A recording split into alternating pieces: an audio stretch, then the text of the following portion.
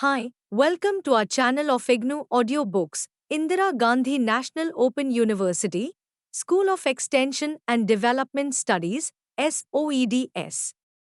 Bachelor of Arts, BAG. Value Added Course.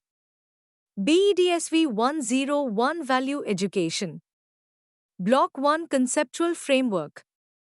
Unit-1 Social Malaise and the Need for Value Education. 1. Introduction. A child is compared by some thinkers to a seed possessing potential of becoming a full-fledged tree, provided it is given the necessary environment conducive to its growth. The environment to the child is provided not only by teachers or the school but by the total social, psychological milieu in which health life happens to live. Secondly, it is not only the deliberate attempts of the school that help the child to develop as a worthwhile person or an individual. Other agencies of education like the home and the community also are sources of education, and these agencies greatly influence the children to be moral or immoral.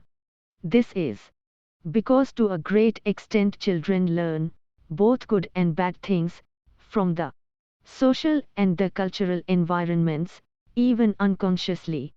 They pick up behaviors from home, school, peers, and other social agencies.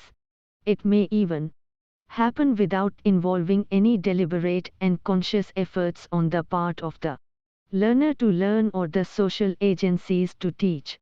So the way individuals develop depends on the socio-cultural environment. This is especially true for young children as they have impressionable minds. According to the Collins English Dictionary, complete and unabridged, 2003, malaise is derived from the French word one means bad plus is means ease. It has been defined from different angles, a feeling of unease or depression. Medicine pathology, a mild sickness, not symptomatic of any disease or ailment.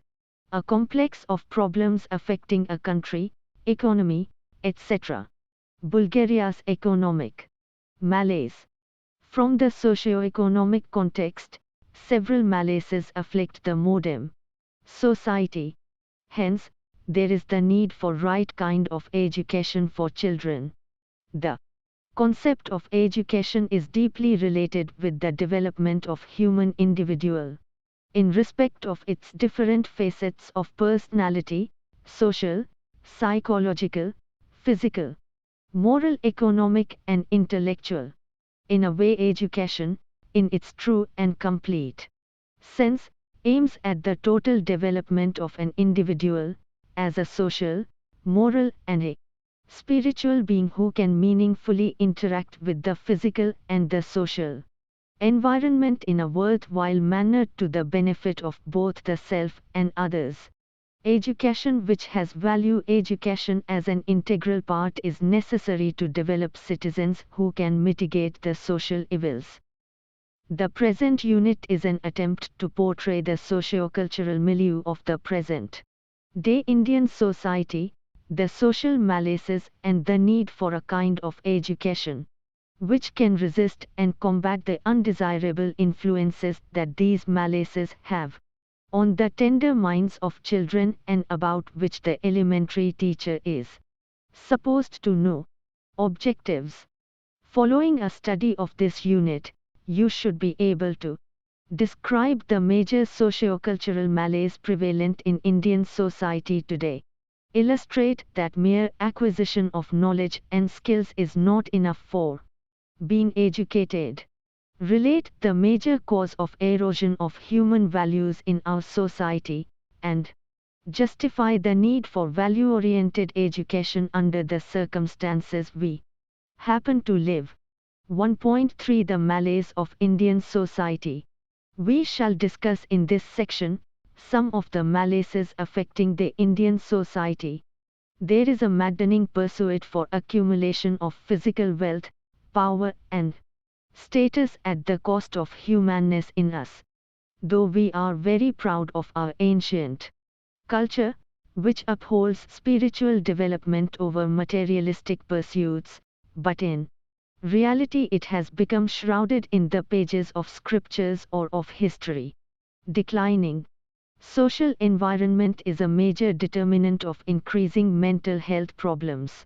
In recent years, poverty, overcrowded living conditions, unemployment, job insecurity and inequity, a growing number of broken relations and marriages, man-made natural disasters, wars, ethnic violence as well as violence against women, children and aged are some of the major factors which have aggravated the situation to a greater extent. Occurrence of incidents of social malaise smashes the semblance of comfort of the world. Severe poverty, family conflict, violence, alcoholism or drug abuse in the home, or the illness and death of parents, can be some of the reasons that drive the young people to live on their own. From here starts the vicious cycle of neglected lives that impairs spiritual bliss of an individual, resulting in loss of self, proving more detrimental than any other loss in the world. Issues like torture, mutilation can take place due to oppression, castration, under religious or societal pressure, sodomy or sexual abuse that mars one's psychology and stands his or her way to complete humanness. Considerable percentages of children suffer from malnutrition, are not able to find access to basic education, live in deplorable conditions and endure inhuman treatment. Corruption and crime are the obvious outcome of such frustrated generation because of rapid urban growth along with weak institutions and economic crisis. All social classes are affected by crime and insecurity, but it is the marginalized section of the society which is more vulnerable as it lacks means to defend itself. Every strata of society is witnessing different set of problems. Violence against girls and women cuts across lines of class, income, residence, and culture.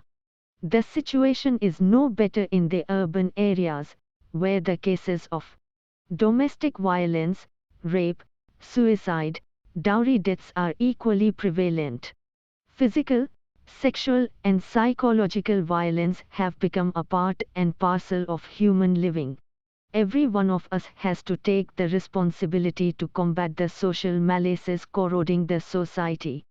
The Upanishads have taught us the ideal of Vasudhaiva Kutumbakam, i.e., the entire world is my family, yet today we fight with our fellow men in the name of religion, region or even caste. Some people seek to attach importance to mosques, temples and other religious institutions and try to draw the attention of people from worthwhile issues that can lead to social development and inclusiveness.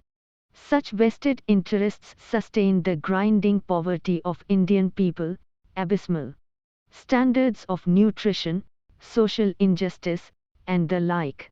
We fight for the preservation of the former even with the total neglect of the latter. For example, we may resort to fast unto death on religious issues and even massacre people on these issues but remain unmoved by acute suffering of our people resulting from hunger, disease, malnutrition or even communal hatred. Does religion teach us all this? Certainly not.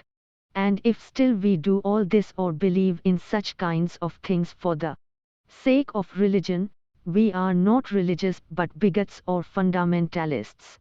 Essence of all religions is about humanity, equality and about caring for the people. We should seek to develop in children spirituality rather than knowledge of religious rites and rituals, nurture love for people, not hatred towards them.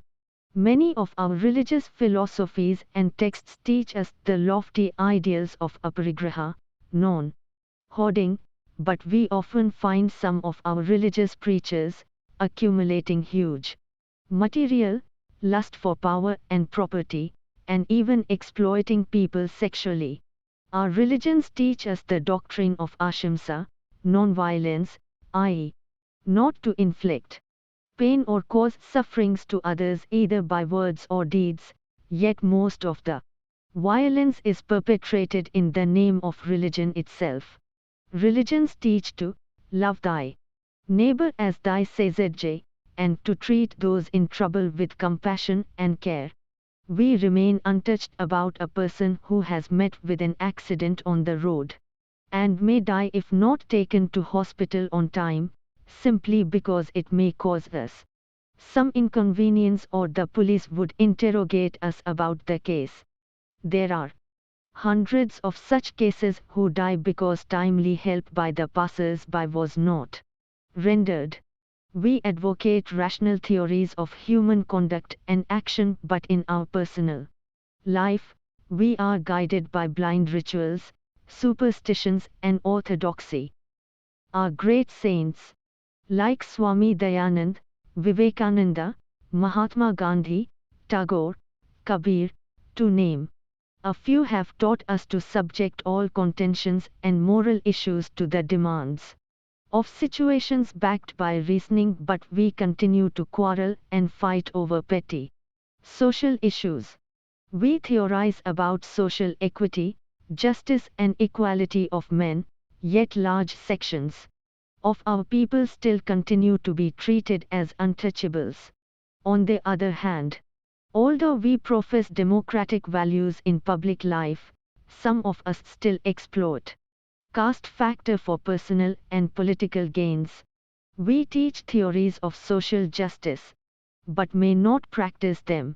While we teach lofty ideals, our actions betray the basic forms of duplicity and hypocrisy. Thus, we face a value crisis, which has resulted in deep social, moral, and spiritual vacuum. Corruption in the society is another malaise. It is becoming widespread and deep-rooted.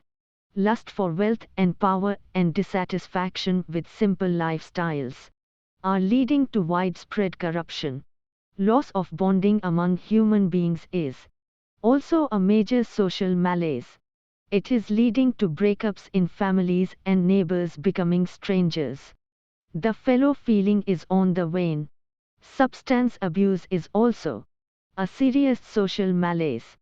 Commenting on the moral and spiritual vacuum that has been created, Joshi, 1994, aptly remarked, humanity today stands at a critical juncture.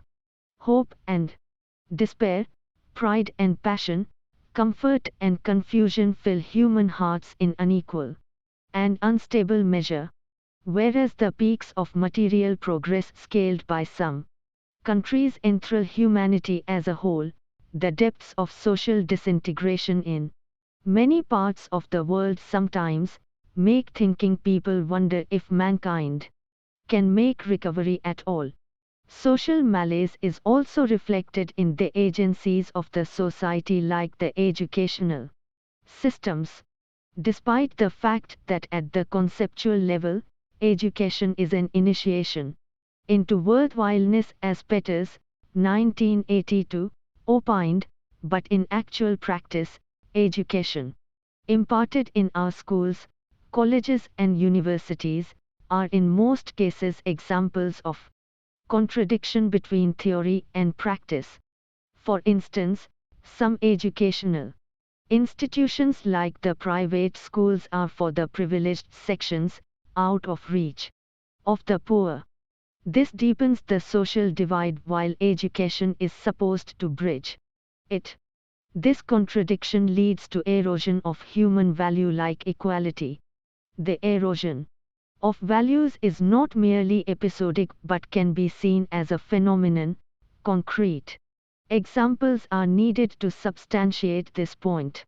As per the Delius Commission's report entitled Education for the 21st Century, 1996, education is the key to the resolution of tensions in confronting the many challenges that future holds in store, humankind sees in education an indispensable asset in its attempts to attain the goals of peace and social justice. The report mentions several kinds of tensions in the society that are central to the problems of the 21st century. Some of these tensions mentioned in this report are 1. The tension between global and the local. People need to become world citizens without losing their roots and while continuing to play an active part in the life of their nation and their local community. 2. Tension between tradition and modernity. This tension may be resolved by understanding how it is possible to adapt to change without turning one's back on the past. 3. Tension between need for competition and concern for equality of opportunity, to rethink and update the concept of lifelong education so as to reconcile three forces: competition, which provides incentive; cooperation, which gives strength; and solidarity, which unites. 4. Tension between the spiritual and the material. It is education's noble task to encourage all of us acting in accordance with traditions and convictions, and paying full respect to pluralism, to lift our minds and spirits to the plane of the universal and in some measure, to transcend ourselves. Education alone can empower a generation by creating a social consciousness that can transcend differences of caste, creed, religion, wealth and more. It can create an environment of equity in the country and act as a catalyst to initiate and sustain change in the society by eradicating the social malaises. Therefore, education is the key to the resolution of different kinds of tensions in our society. Besides the rampant malpractices in the society, teachers too often do not try to set the system right. Teaching, which earlier was one of the noblest of professions, has simply become one of the vocations for earning livelihood. But the way out of the present scenario is mainly through education imparted by teachers. 1.4 Relation between education and value education. If we attempt to analyze the concept of education from the point of view of the kind of behavior modification it is supposed to bring, it is almost axiomatic that value education, and more so, moral education, is a sine qua non, an essential condition of the concept of education. Without inclusion of this essential component, aim of imparting education, which is mainly to develop good human beings, will not be fulfilled. No individual, howsoever knowledgeable, skilled, intelligent or competent she might be, can be included in the category of educated persons unless one has developed attitudes and behaviors which are socially worthwhile. Similarly, no process of teaching and learning can legitimately be called education if it fails to transform the individual from a biological to a human being. It will be rather a contradiction in terms to say that a person is highly educated but does not exhibit values in his thoughts and actions. An educated individual essentially possesses a set of values which influences his life via thinking, feeling and behaving. Devoid of these value aspects, education becomes a tool for developing mere literary and arithmetic skills at the elementary level. The development of cognitive or psychomotor skills, making an individual efficient and skillful in manipulating the environment, are important merely as means for becoming a well-adjusted human being in an inclusive and humane society. Peaceful coexistence in the human society can be attained only through a kind of education which is deeply rooted in a value system. The human values simultaneously take care of the interests of others as well as of our own selves without sacrificing the interests of either. 1.5 Need for value-oriented education.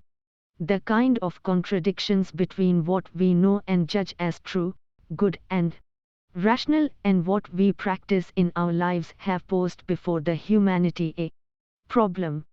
The fabric of human society, to a greater extent, is threatened by violence, terrorism, theft, tax evasion, pollution, heinous crimes, etc.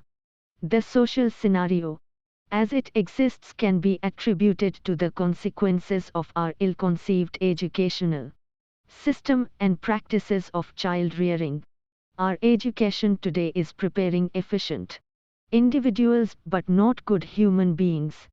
The framers of new education policy, 1986, well recognized these lacuna and recommended that, for education to be meaningful, it must be value-oriented.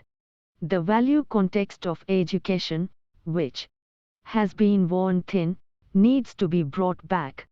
This is possible only if we consider values as essential to the very concept of education. We need today education which is holistic and not merely centered on knowledge and skills required to earn a livelihood.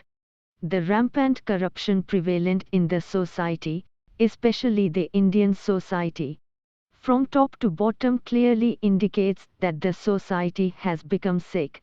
The greed for wealth has crossed all rational limits. The doctors in the hospitals would not treat a dying man unless money has been deposited. News of corruption in every section of the society is common. The custodians of law, like the police and lawyers, are not above board. Even those delivering public goods and services, like doctors and teachers, are not exceptions. Doctors go on strike to compel the authorities to accede to their demands without any consideration for the inconvenience to the public and sometimes even of loss of human life. Then there is the problem of adulteration. People don't hesitate to adulterate eatables like milk and milk products, grains, spices, mineral water, green vegetables and fruits. In some products they add harmful chemicals for sake of petty gains. Even life-saving drugs are not spared, and in the market many spurious drugs are available. This is the condition of Indian society. Above all, if an individual involved in such corrupt practices is caught red-handed, he greases the palms of the investigating agency. The evidences are destroyed deliberately to weaken the case, and the criminals even go unpunished. It is for this reason that Human Development Index of India has gone down. According to a recent survey of the UNDP, India's status on Human Development Index has deteriorated to the extent that India is 134th country of a total of 196 countries of the world on which the survey was conducted.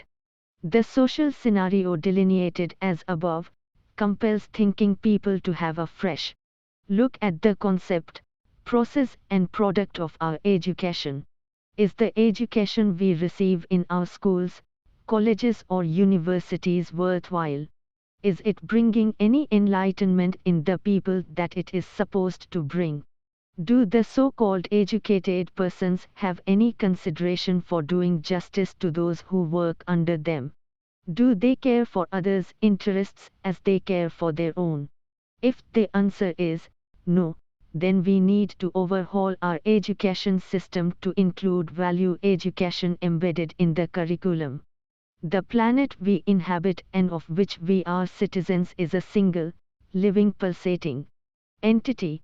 The human race is an interlocking, extended family, Vasudhaiva Kutumbakans as the Vedas have depicted, and the difference of race, religion, nationality and ideology, Economic and social status must not come in the way of global unity. The ecology of our planet has to be preserved from mindless and ruthless exploitation and preserved for future generations. There should be a more equitable consumption pattern based on limits to growth, not unbridled consumption, hatred and bigotry, fundamentalism and fanaticism and greed and jealousy, whether among individuals, groups or nations, are corrosive emotions, which must be overcome. Love and compassion, caring and charity, and friendship and cooperation are the elements that have to be encouraged as we transit into our new global awareness. Karan Singh, 1996. Holistic education which acknowledges multiple dimensions of human personality: physical, intellectual, emotional and spiritual, can be the only remedy to the social malaise of the present-day society. The challenge of combating social malaise cannot be tackled by one group or community in isolation. It needs a holistic approach and national consensus. Religious leaders, professionals, community activists, political thinkers, and civil society organizations must develop socially sound interventions and strategies for combating the social malaises. Parents should take steps to understand the world of youth and give them confidence through useful techniques of addressing the challenges of society. A stable family environment is essential for the healthy growth of children. Young people should take up the responsibility to understand the values of meaningful, sound and stable family life. Thus education should aim for integrated development in the student physical, mental, moral and spiritual, besides imparting knowledge in various disciplines. It should strive to make him/her ideal citizens capable of shouldering the responsibilities of national reconstruction. 1.51 The role of teachers. Teachers have a central role to play in student learning, and show them how to improve both individually and as a team. For the teacher to legitimately provide instruction in use, he/she has to be first oriented to such values. It is not sufficient to orient the teachers in human values or add the value aspect in their curriculum. The very process of teaching learning needs such orientation. More powerful than singing prayers and organizing lectures for children are examples set by the teacher himself. The teachers need to set an example of human beings with values in all their interactions with children in the class or outside there, to see that children are properly cared for, loved and respected as individuals, and no action of the teacher should cause injustice or discrimination against them. Adding a separate component of value education in their curriculum is not going to serve any useful purpose. Rather, a teacher needs to set an example in simplicity, austerity, economy in using material resources of the school, politeness, take a stand against injustice in the school and the community, and reinforced by regular instruction in the classroom. All teachers have a vital role in promoting respect for the cultural diversity of their students and the community. Good teaching builds upon the cultural and language backgrounds, ways of making meaning, and prior knowledge that all children bring to the classroom. Effective teachers develop their knowledge of other cultures, have high expectations for all children, provide a welcoming environment that affirms all children, work with family members and the community to promote student learning, and build bridges of cooperation. Culturally informed teaching supports the learning needs of all children, regardless of their cultural or linguistic background, by creating a positive environment in the class and through the process of interactive teaching. The teacher slowly but steadily fosters the positive values in children that ultimately help the society to combat the social evils. 1.6 Activities. Discipline, Maintain an ethos in the classroom that is positive and all-inclusive. With a feeling of equality, this would help children gain most from values lessons. Children feel secure and able to share their thoughts, feelings and experiences. When they know that these are always welcomed and valued. Reflection. This is a time when the children are expected to sit still and silent for anything from 1 to 4 minutes. This has proved to help children in a variety of ways. It regulates breath and heartbeat and so calms and relaxes the body. It quietens the mind, focuses attention and increases concentration. It helps to develop awareness and intuition, and the children are more able to get in touch with their own feelings. Storytelling. Using a story where possible as a stimulus for the lesson has many advantages. It can put across the value in a way that all levels of awareness can access. It generates feelings, captures attention and often inspires the listener. Is able to find parallels in their own experiences which can help in future difficult situations. Use a stimulus for the lesson that may be based on a story, discussion, experience or artifact, etc. The learning objective should be made clear, for e.g., to understand why the value of honesty is an important guide to our behavior. Discussion. Next is the teacher-led discussion that lies at the core of the lesson. Careful questioning leads the pupils to a deeper appreciation of meaning and helps them to translate the value into areas of their own experience. Enjoyment. The next section of the lesson will be an activity that will encourage pupils to engage with the value.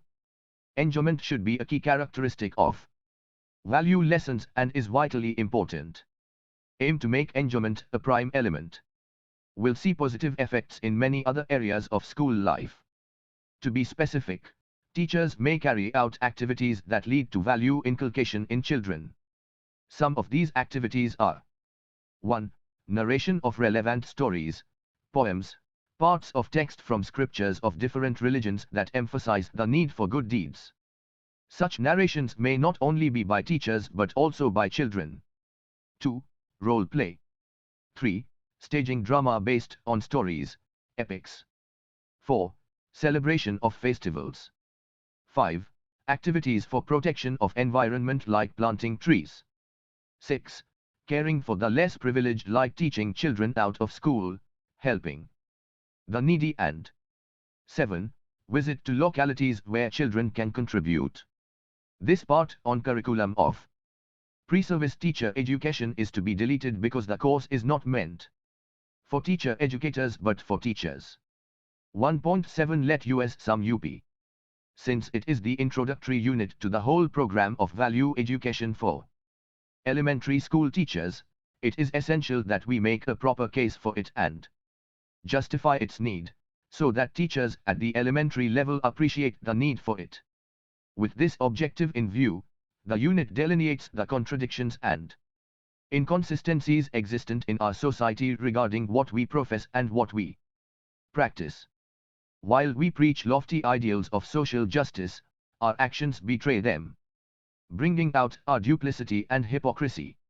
Thus, we face a value crisis, which needs to be resolved essentially. The spiritual vacuum that we face today needs to be filled up with love, care, compassion and justice.